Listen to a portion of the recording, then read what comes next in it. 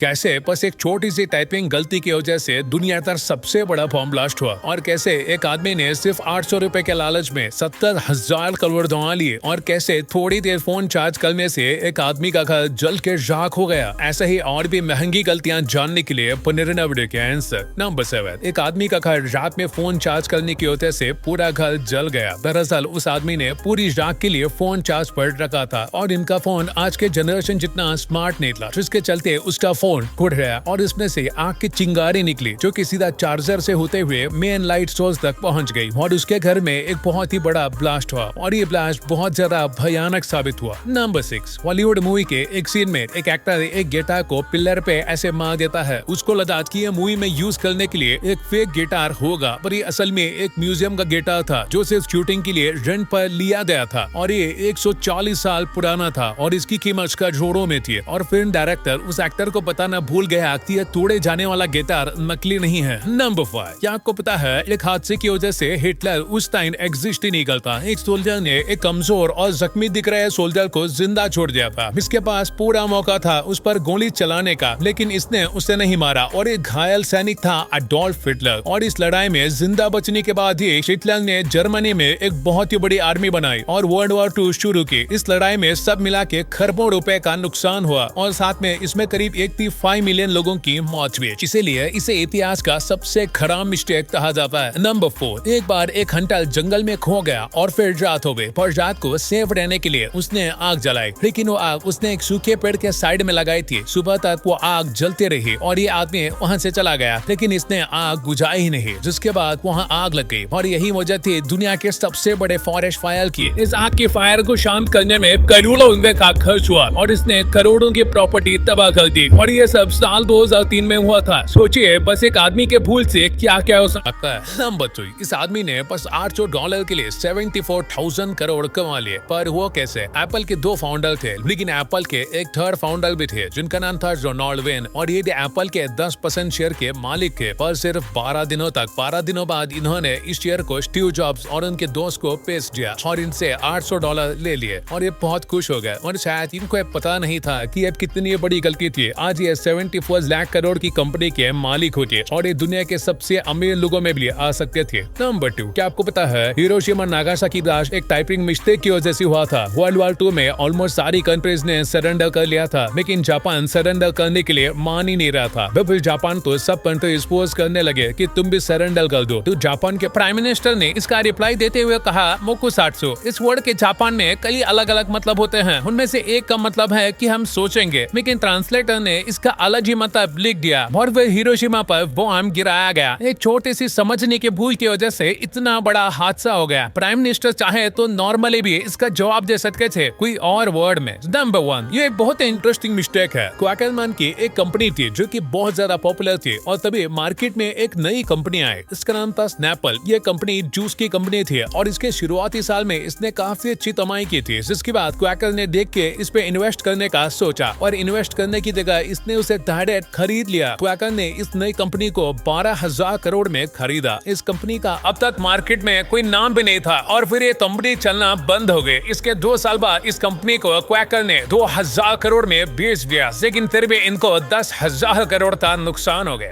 Video खत्म होने से पहले आपको पता होगा, अगर आपको वीडियो पसंद आए तो इस वीडियो को लाइक कर देना और ऐसे इंटरेस्टिंग वीडियोस आगे भी देखने के लिए हमारे चैनल को सब्सक्राइब करना और इस वीडियो को अपने दोस्तों के साथ शेयर भी करना। And thanks for watching.